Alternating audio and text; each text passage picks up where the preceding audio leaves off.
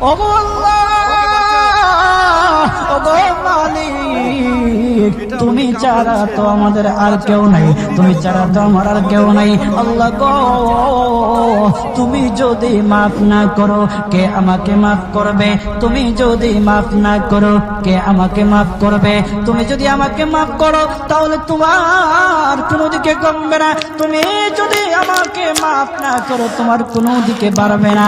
আল্লাহ গো, তুমি আমাকে মাফ করে দাও। সারাটা জীবন অন্যায় কাজ করেছি, সারাটা জীবন নাফরমানি করেছি, আমার কাছে কালেমার দাওয়াত কম আসে নাই, আমার কাছে কালেমার দাওয়াত কম আসে নাই, আমাকে লোকেরা কম বোঝায় নাই। ওগো আল্লাহ, তুমি আমাকে মাফ করে দাও।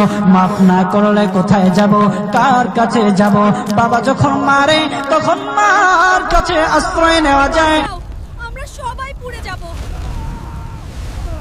দয়া করো, এটা খুব গরম।